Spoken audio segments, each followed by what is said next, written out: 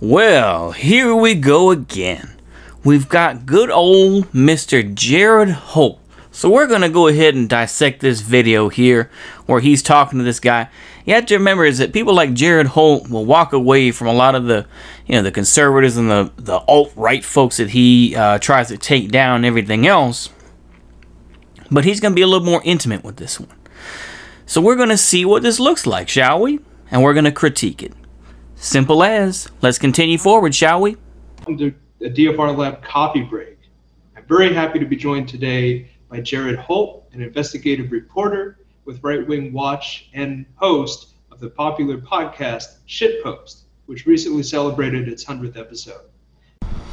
I wasn't sure where to put this in, but I think I put it here. So we can see here that Shitpost has a subscription plan. So this dude's behind a paywall. No better than the people that he claims to hate, people like TRS and whatnot. And even though, you can just watch it for free, some episodes, ultimately, this dude is still about getting his money.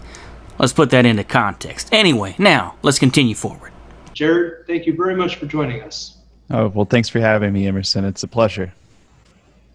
So, first off, I was hoping you could tell our audience a bit about what you do and your background. What drove you to the study of the internet and far-right online communities in particular? Well, I'm a young guy. I've spent a lot of time on the internet growing up. And during the 2016 campaign season, a lot of digital spaces on the internet began to transform in ways that they have never recovered from. All right, let's make our critique already. The thing is that 2015, 2016, was the time of Ma Pepe and all that. I wasn't really direct. I was kind of orbiting that, but I wasn't really a part of it on a deeper level. But what I would say is that what has changed so much? And the thing is that people like him have contributed to the censorship, have contributed to people being doxxed, and, has admitted to watching other people's streams and, using clips, and showing them on Twitter like, haha, I got a clip I'm going to show everybody. And his minions and all these pitiful folks that follow him use these clips. Now, look, do I agree with every person that he tries to take down? Hell no, of course not. But I'm not going to let, a chump like this, who really is just, he's just going to be a future FBI informant or something like that. He's a hall monitor. That's the whole thing. Let's continue on. Let's continue listening to his feijoa. We're already sort of cesspools of kind of extreme posting or, various kind of off-the-wall ideologies and conspiracy theories took a very hard and very distinct white supremacist bent. And on top of that, that bent was being sort of arced in a way that was hoping to benefit President Trump. This fool acts like he was the first one who discovered that there were conspiracy theories and were white, and it had to say with white supremacy, this and that. Of course, once again, are you going to talk about Plasmorda for South Africa, this and that? No, he's not going to talk about things like that. So let's go ahead and continue forward. Go ahead, Hall Monitor. Go ahead and tell us more about how you're such a brave individual. You know what I'm saying? While he was seeking election. So I became really interested in that, really interested in the way that information was spreading in these networks and the way that ideology was forming from memes and whatnot. They aren't necessarily, consulting the great works of philosophy here. But this guy must be extremely bad at his job then. To think that people don't they don't refer to Oswald Spengler, Hegel, or Nietzsche at a bare minimum. Okay, yeah, go ahead, buddy. You are a moron. Take this L, homie.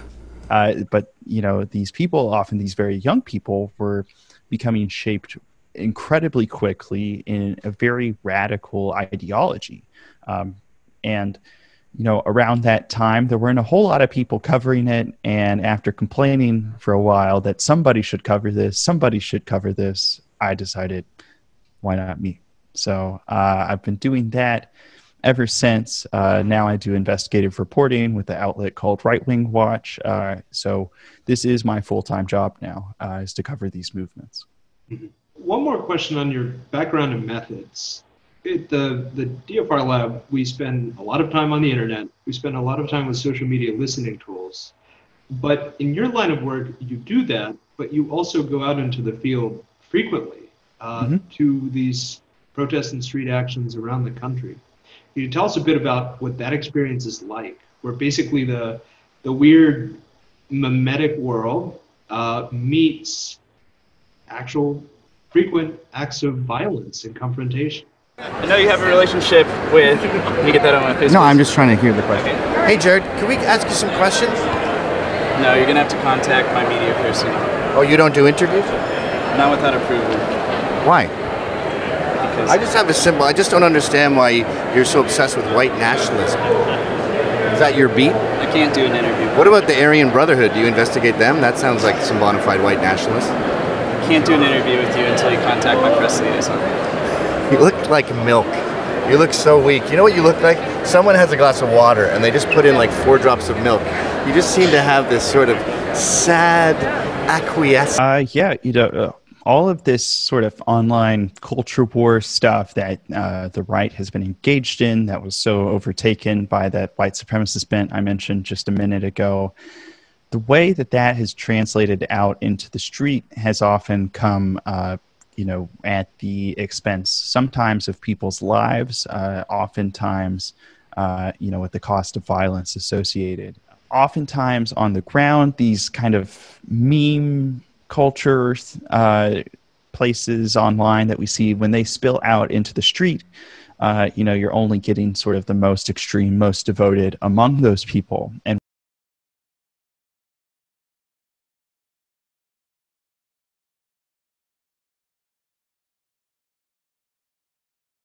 when the ideologies being circulated around are so extreme in themselves, it really isn't much of a surprise that extremists are the ones who are showing up to personify these broader movements.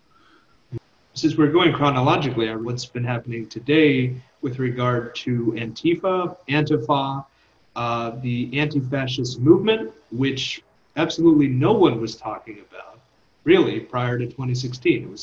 It was a tiny community in Portland.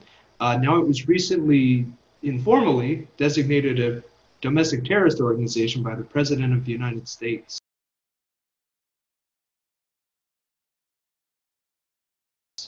Could you talk a bit about its early origin in basically far-right circles? Series of pressure campaigns that have been launched to try to get it designated a terror group? I mean, I guess the first thing I should mention is that anti-fascism as a movement in the United States dates back decades.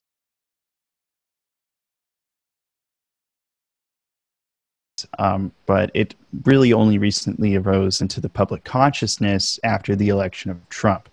And a lot of that was because of these sort of skirmishes that we're talking about, making national headlines, oftentimes at that. The Republican base at large, whether it be Trump or the folks at CPAC. So we're out here today at CPAC 2020. You are Jared Holt. You work for Right Wing Watch. Can you tell me a little bit more about your work and what your experience at CPAC so far has been? So I've been covering CPAC for a number of years now. I work for an organization. What we do is track right-wing movements in the United States. I have sort of a focus on both extremism and also kind of how that interacts with the digital space.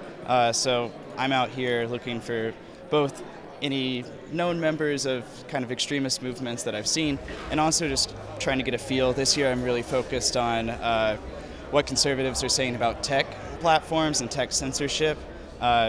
So yeah. I know, I listened to a couple of the events too, a little bit about tech censorships. Conservatives say they are shadow banned and censored, and do you disagree? Do you not think that's happening online? Or I think, a lot of what we hear in support of that is anecdotal. It's, this person had an issue.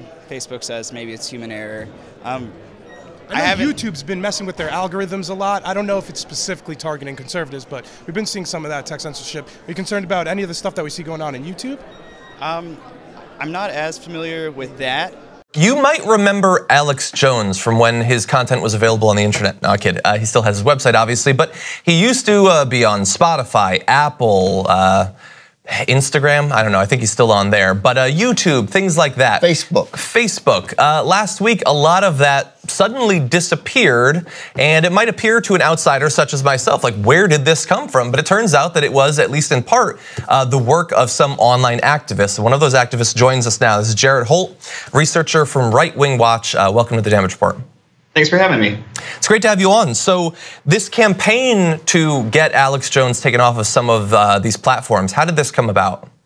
This has been going on for years, ever since the election, when these tech companies came out and they made announcements that they were going to take misinformation, fake news, harassment, that sort of thing seriously on their platforms.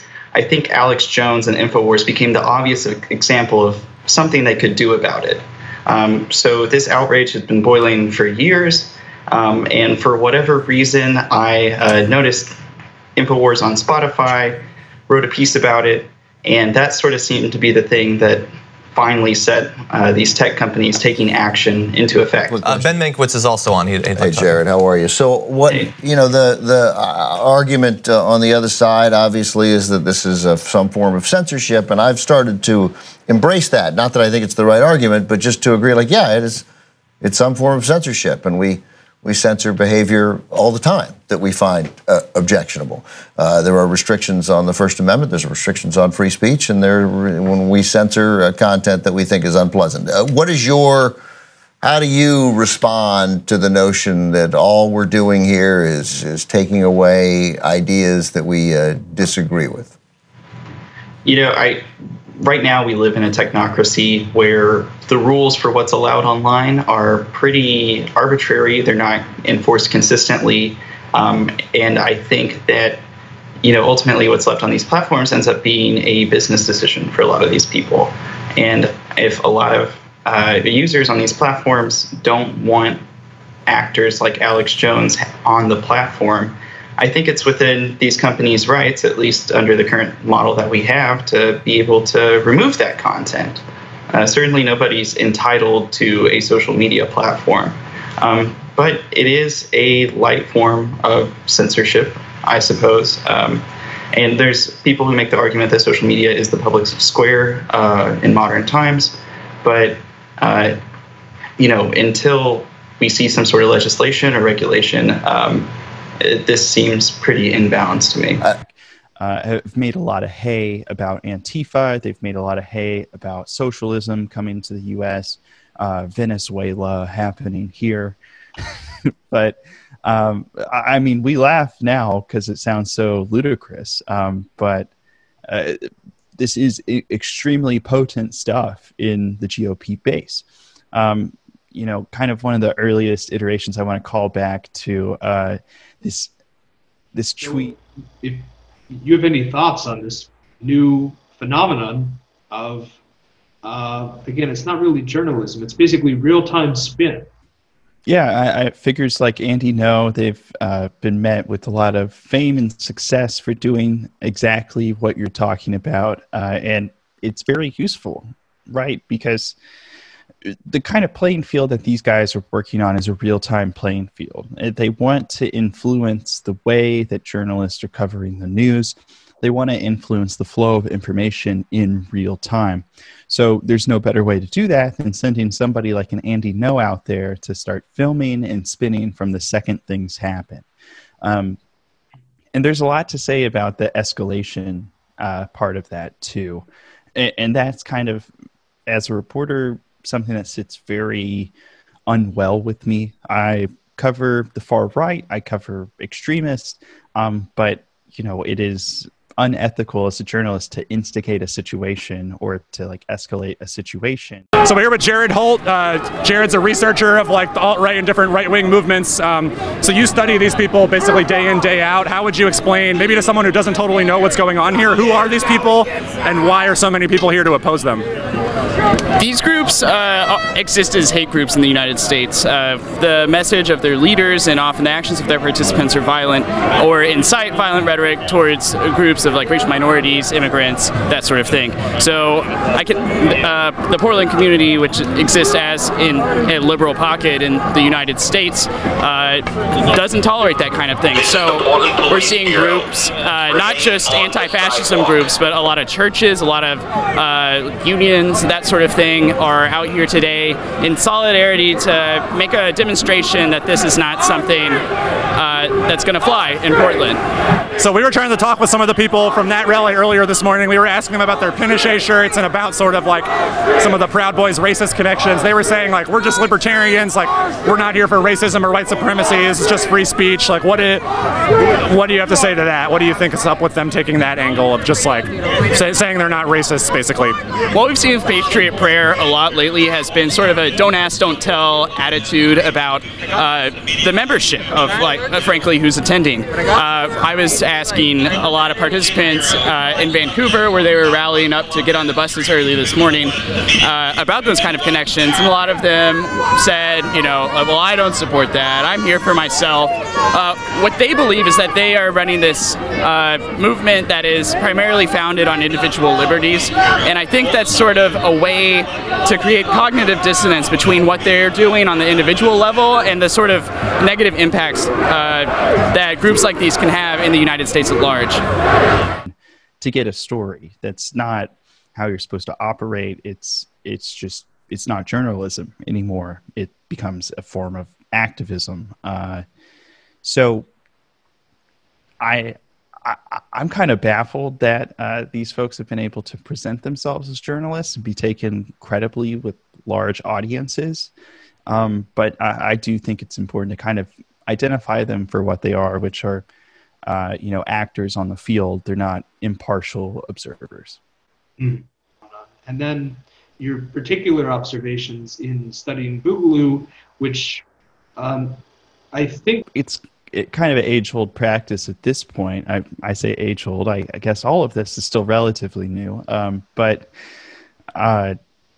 Yeah, the far right online very much has had trouble over the decades selling people on their own movements, on their own culture, on their own sort of social, political propositions. So what's been popular forever, going back to when skinheads were trying to infiltrate the punk scene, has been to go into existing successful spaces and to try to forcibly carve out a slice of the pie for themselves, if you will. It is what happens when fascists give up on electoralism. You know, they seek to destroy the state and hope that through its destruction, there's new opportunities to build what they envision instead of a liberal democracy.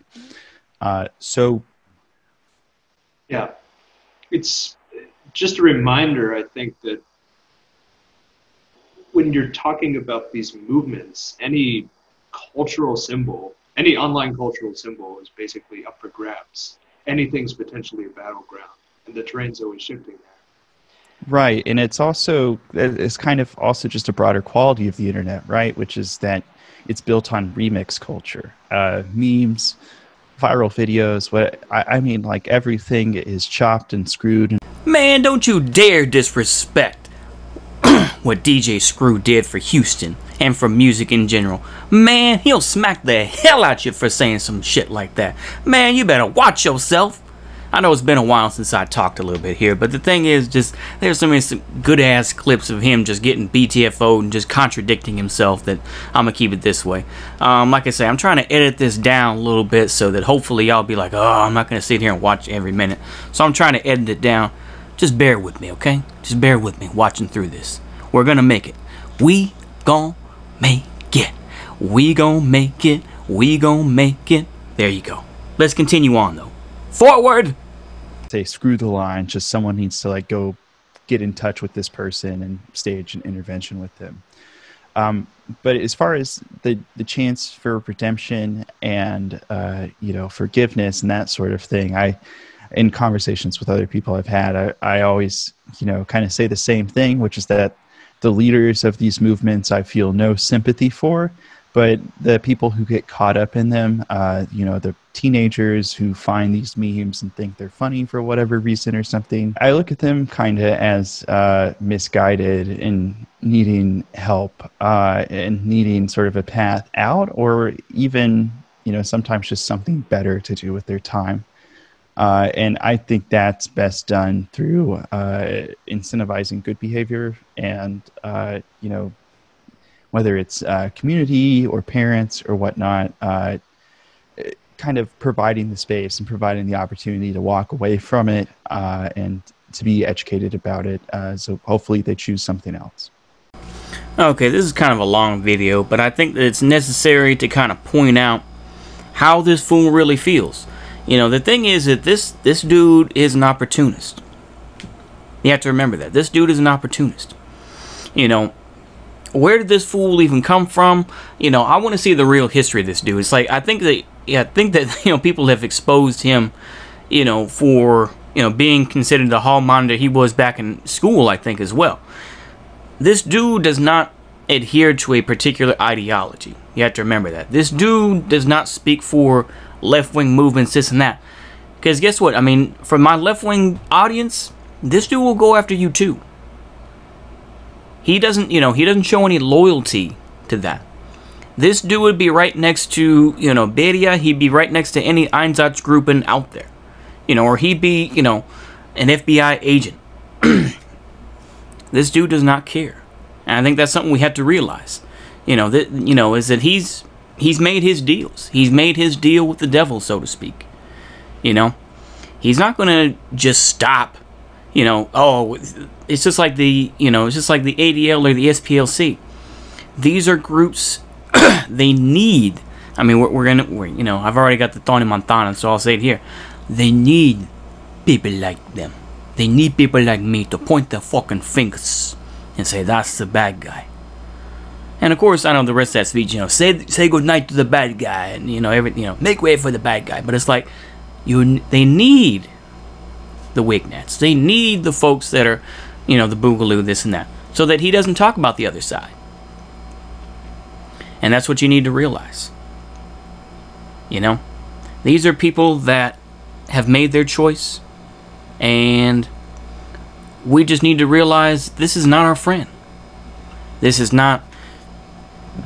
somebody that will sell you out because he has already made his choice, And it's going to be interesting, to say the least, what's going to happen with this dude in the future, But anyways, I know this is kind of a long video, but I hope y'all enjoyed this. I tried to cut it down as much as I could, and I hope y'all enjoy. See you later. Bye-bye.